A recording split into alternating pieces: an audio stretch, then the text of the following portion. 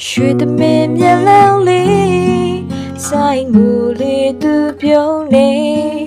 နှုတ်ဆက်ခါရဲ့ခွဲသွားမယ်သူဘယ်လိုဝစ်ချွေးများရှိလာတဲ့တို့ဦးသာအခုမှတွေ့ကြတာရဲ့ခွဲသွား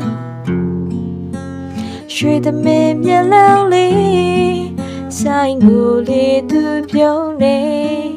နှုတ်ဆက်ခါရဲ့ခွဲသွားမယ်သူ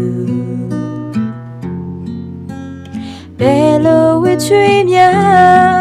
ရှိလာတဲ့တို့ဦးသာအခုမှတွေ့ကြကရဲ့ခွဲသွားစိတ်ထဲမှာလေးတကယ်ခံစားရပေါ်ကွယ်မခွေစဘူးသူတွေမို့လားစိတ်အောင်ငယ်နိုင်ရဲ့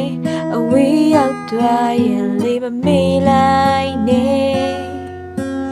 ဒီတစ်ခါတော့ဆုံးလားနှောင်းရပေးနှုံးနိုင်ရှမ်းစကားတွေနဲ့နှုတ်ဆက်ကြတယ်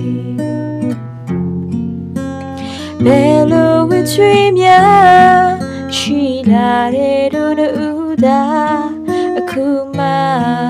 တွေ့ကြကရဲ့ခွေသွား